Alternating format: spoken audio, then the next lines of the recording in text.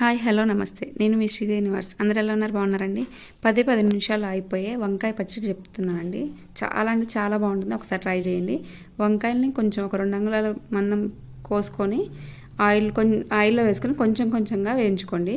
ఒక బౌల్లో వెల్లుల్లిపాయ, పసుపు, జీలకర్ర వేసి వెల్లుల్లిపాయ కొంచెం లైట్గా దంచుకొని పసుపు, జీలకర్ర వేసుకొని ఉంచుకోండి.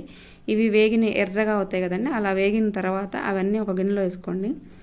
ఇలా ఎన్ని ముక్కలు ఉంటే అన్ని 2 వాయిలైనా 3 వాయిలైనా అట్లా వేయించుకోండి. ఒక గిన్నెలో వేసేసి కొంచెం ఉప్పు, కొంచెం కారం వేసేసుకొని మొత్తం బాగా కలుపుకోండి. పైనుంచి కిందకి మొత్తం కలుపుకున్నాక ఆ ఉప్పు కారం అంతా ముక్కలకి పట్టాలి మంచిగా. అలా కలుపుకున్న తర్వాత మీరు కారం చూసి వేసుకోండి. మీకు ఎంత పడుతుంది అంటే కొంచెం ఎక్కువ తింటారు, కొంచెం తక్కువ తింటారు కాబట్టి చూసి వేసుకోండి. అలా వేసుకున్న తర్వాత కారం, ఉప్పు మొత్తం మంచిగా కలుపుకున్న తర్వాత మనకు కాగిన నూనె ఉంది కదా, వంకాయలు వేయించిన నూనె, ఆ నూనె అంతా ఇందులో పోసేసుకోండి.